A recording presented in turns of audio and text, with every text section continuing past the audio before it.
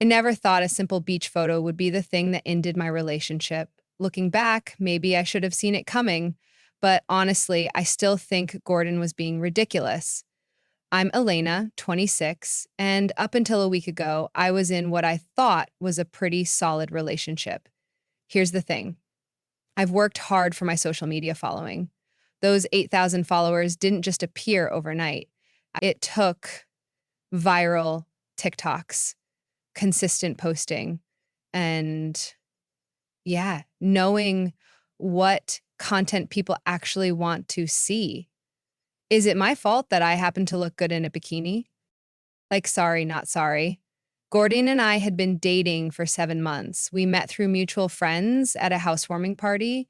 He kept looking at me from across the room and eventually worked up the courage to come talk to me. He wasn't my usual type, honestly, a bit nerdy with his graphic design job and weird obsession with vintage cameras, but he was sweet and attentive.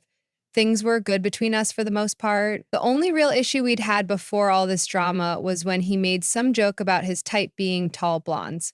I'm 5'3" with brown hair, so obviously that didn't sit well with me. We had a little argument about it, but he apologized and said he was just making a dumb joke. Last weekend, I went to visit my mom in Tampa. We have this tradition where we spend a day at the beach and catch up on life. And this time, my cousin Jade joined us. She'd just gone through a messy breakup, so mom thought some sun and cocktails might cheer her up. We spent the whole day there just sunbathing, swimming, and drinking. Mom kept saying how nice it was to have her girls with her, taking about a million photos, as usual. There was this one photo she took of me and Jade sitting at the bar with our drinks, the ocean behind us, looking cute in our bikinis. Mine was this new emerald green two-piece I bought specifically for the trip. It perfectly matched my eyes and honestly made my figure look amazing. When I saw the photo, I immediately knew it was Instagram worthy. The lighting was perfect, both Jade and I looked great, and you could see the beautiful ocean backdrop. I posted it with the caption "Beach Day with the fam" and didn't think twice about it. Within an hour, it had gotten like 500 likes and a bunch of comments, mostly fire emojis and stuff like looking good, nothing inappropriate, just the usual engagement from my followers. That evening, after I got back to my apartment, Gordon called. I thought he was just checking in to see how my weekend was going, maybe tell me he missed me, cute boyfriend stuff. But the second I answered, I could tell something was off. "Hey, I saw your post," he said. "No, hello. No, how are you?" "Which one?" I asked, genuinely confused. "The bikini one," he said, and I immediately rolled my eyes. Thank God he couldn't see me through the phone. Oh, that. Yeah, cute, right? Mom took it. There was this long pause, and then Gordon said, "Do you think it's appropriate to post something like that when you're in a relationship?" I literally laughed. I thought he was joking. What? It's a beach photo, Gordon. It's not like I'm posing suggestively or anything. "Aliana, it's a full body shot of you in a tiny bikini," he said, his voice getting that preachy tone I hate. "The comments are full of guys hitting on you." "They're not hitting on me," I said, starting to get annoyed. "They're just engaging with my content. That's how social media works." "You don't think damn girl looking fine is hitting on you?" he asked. I had to stop myself from saying something really mean. "Gordon, I have 8,000 followers. Most of them are guys." "Yeah, but that's just demographics. I can't control who follows me or what they comment." "You could make your account private," he suggested, like it was the most obvious solution in the world, "and lose all my engagement. No thanks." We argued back and forth for a while, with him saying the photo was disrespectful to our relationship and me defending my right to post whatever I wanted. Eventually, we agreed to talk about it in person the next day. I was fuming after that call. Who did Gordon think he was to question my social media choices? I'd been building my following since before I even met him. Between us, I spent the next hour aggressively cleaning my apartment. It's what I do when I'm mad, while rehearsing all the things I should have said to him. The next morning, he texted asking if we could talk in person. Fine, whatever. I told him to come over after work. I spent the whole day checking my phone, watching the likes and comments on my beach posts continue to climb. Each notification felt like a little victory, like proof that I was right and Gordon was wrong. Gordon looked tired when I let him in, like he hadn't slept much. Part of me felt a twinge of concern, but I squashed it down. He was the one making a big deal out of nothing. I've been thinking about our conversation yesterday, he started, settling awkwardly on my couch. I think we need to talk about boundaries in our relationship. I actually laughed. Boundaries, Gordon? It's social media. It's not that deep. It is to me, he insisted. When I'm in a relationship with someone, I expect a certain level of, I don't know, exclusivity, not just physically, but in how we present ourselves to the world. It's a beach photo, I repeated. I was with my mom and cousin. It's not like I was at a club grinding on random guys. Elena, be honest with yourself. You know exactly what you're doing with photos like that. You know your followers are mostly guys. You know what kind of attention you're getting. So what? I shot back. So I have followers who think I'm attractive. That doesn't mean I'm doing anything wrong. It's disrespectful to our relationship, he said, his voice getting louder. It makes me uncomfortable knowing that you're actively seeking that kind of attention from other men. I'm not actively seeking anything, I said, making air quotes. I'm just living my life and posting about it. If you can't handle that, then maybe the problem is you.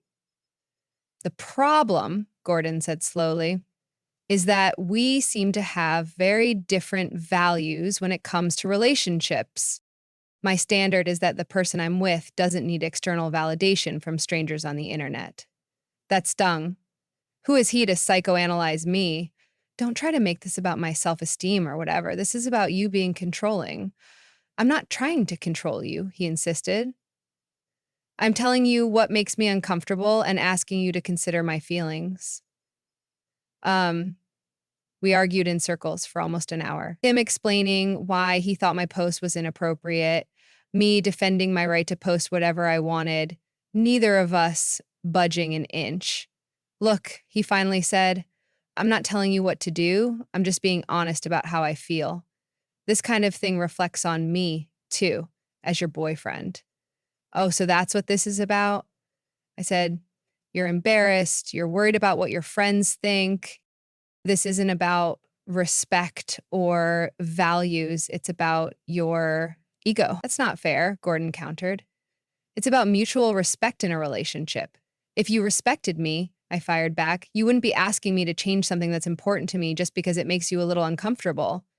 And if you respected me, he countered, you would at least try to understand why it bothers me instead of dismissing my feelings.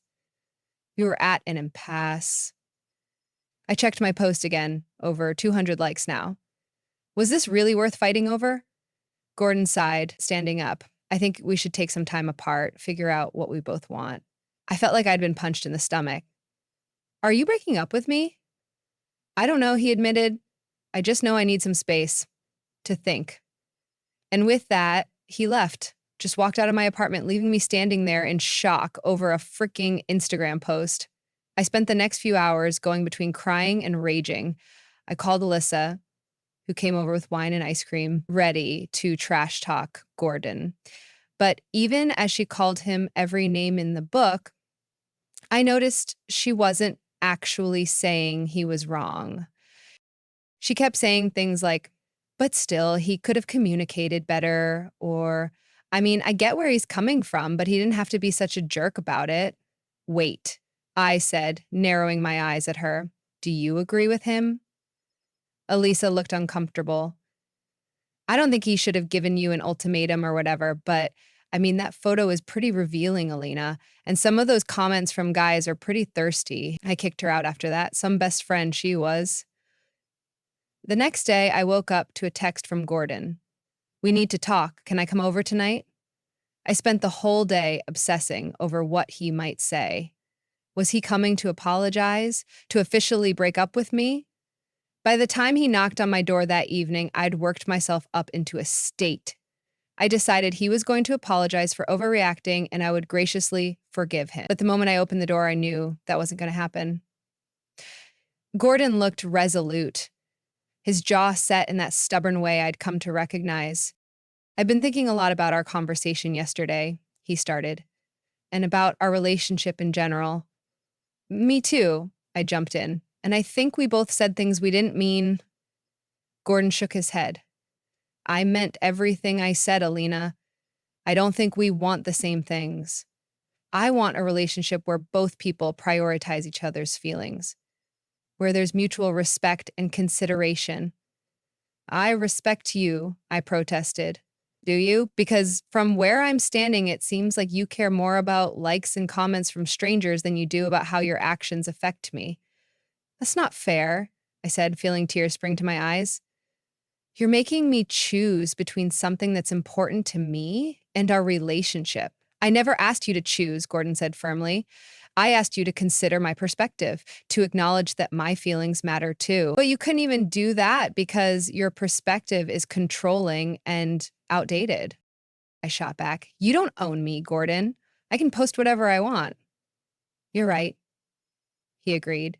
"You absolutely can post whatever you want, and I can decide I don't want to be with someone who needs that kind of validation from other men."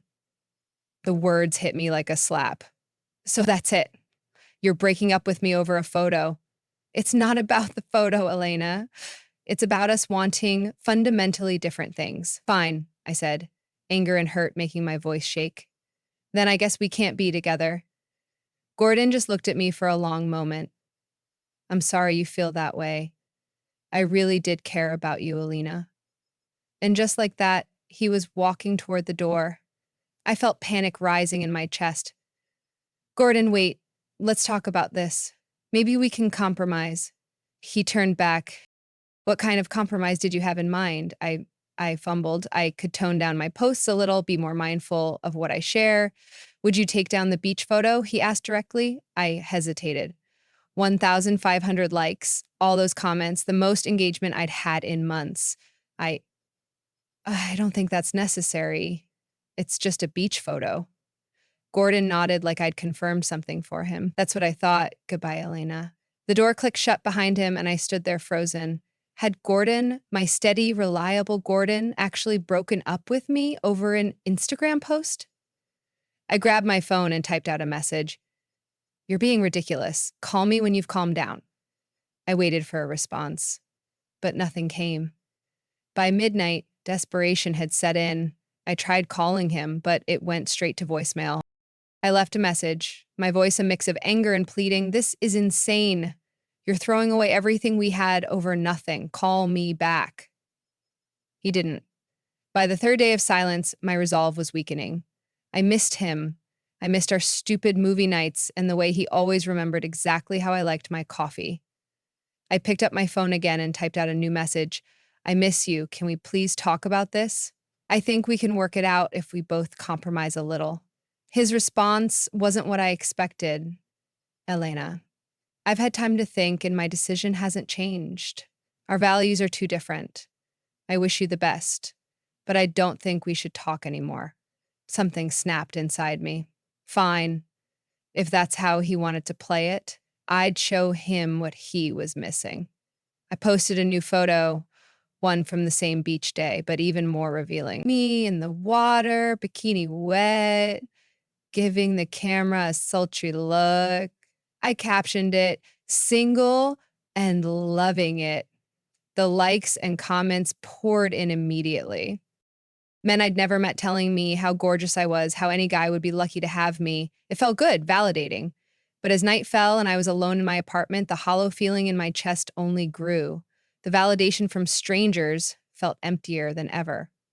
In a moment of clarity or weakness, I deleted both beach photos from my Instagram. Then I sent Gordon one last message. I took down the photo. "I'm sorry for not respecting your feelings. I miss you. Can we please talk?" I waited all night for a response. It never came. When I checked Instagram the next morning, I discovered he had unfollowed and blocked me. A week after the breakup, I made one last desperate attempt to talk to Gordon. I waited outside his office building, catching him as he was leaving work. Not my proudest moment. "Gordon, I needed to talk to you. You blocked me everywhere." He looked uncomfortable. "I blocked you because I needed space. This isn't okay, Elena. I know. I'm sorry, I said quickly. I miss you. I understand now why you were upset. I was dismissive of your feelings. Um, Gordon's expression softened slightly, but he still looked guarded. I appreciate the apology, but I meant what I said. Our values are just too different. They don't have to be, I insisted. I can change. I'll make my Instagram private. I'll stop posting those kinds of photos. He was already shaking his head. That's not what I want. I don't want you to change who you are for me. That would just make you resent me in the long run. But I want to change, I said desperately. You were right about seeking validation from strangers. It's empty. Gordon looked at me sadly. I'm glad you've had that realization. But Elena, you only came to it after I left. You weren't willing to even consider my perspective when we were together. I understand now, I said softly. I really do. I believe that you think you do, Gordon said. But if we got back together, we'd eventually end up right back here because fundamentally we want different things. He walked away, not looking back once. I stood there on the sidewalk, feeling like a complete idiot. That night, I deactivated my Instagram account. Not permanently, but I needed time to think, to figure out who I was without the constant validation of likes and comments. A month later, I saw Gordon at a coffee shop with a woman, tall, blonde, exactly his type. They were laughing together, looking happy. It stung more than I expected. 6 months after our breakup, I ran into Gordon again. Literally ran into him. I was leaving a bookstore and slammed right into his chest. Elena, he said, surprised but not upset. Hi, Gordon. Hi, I felt awkward. How are you? Good, he said with a small smile. Really good, actually. He looked at two. There was a lightness to him that I didn't remember from our relationship. I wanted to say, I'm sorry, I found myself saying, for everything. You were right about me seeking validation from strangers and about me not respecting your feelings. Gordon's expression softened. Thank you for saying that. I appreciate it. I've changed, I blurted out. Not for you, but for me. I realized I didn't like who I was becoming. He nodded, a small smile playing at his lips. I'm glad to hear that, Elena. Really? Instead of asking if we could try again, I found myself saying, take care of yourself, Gordon. He looked a little surprised. You too, Elena? A year after our breakup, I'm still single, still healing, still learning. My Instagram following has dropped. Turns out when you stop posting thirst traps, those loyal followers disappear. But the ones who stayed are the ones who actually care about me. I still think about Gordon sometimes, that wonder what might have been if I'd been more mature. I check his Instagram occasionally. He unblocked me eventually, and from what I can tell, he's doing well. There's a new girl in his recent photos. She's pretty, a brunette, ironically, and they look happy together. It stings, but not as much as it used to, because the truth is, Gordon taught me something valuable. He taught me that real connection with one person who truly cares about you is worth more than the shallow validation of thousands of strangers. I still use social media, but differently now. I post things that matter to me, my new apartment, the dog I finally adopted, my promotion at work. I'm not chasing likes anymore because that beach photo, it wasn't just a cute picture. Gordon was right. It was a cry for attention, a need for validation I couldn't get from within. And while I don't think there's anything inherently wrong with posting bikini photos, I understand now why it bothered him. It wasn't about the photo itself. It was about my dismissal of his feelings, my prioritization of strangers' validation over his comfort. So, to Gordon, wherever you are, with whoever you're with, thank you. And I'm sorry it took losing you for me to understand what you were trying to tell me all along. Social media dynamics. Subscribe for more videos.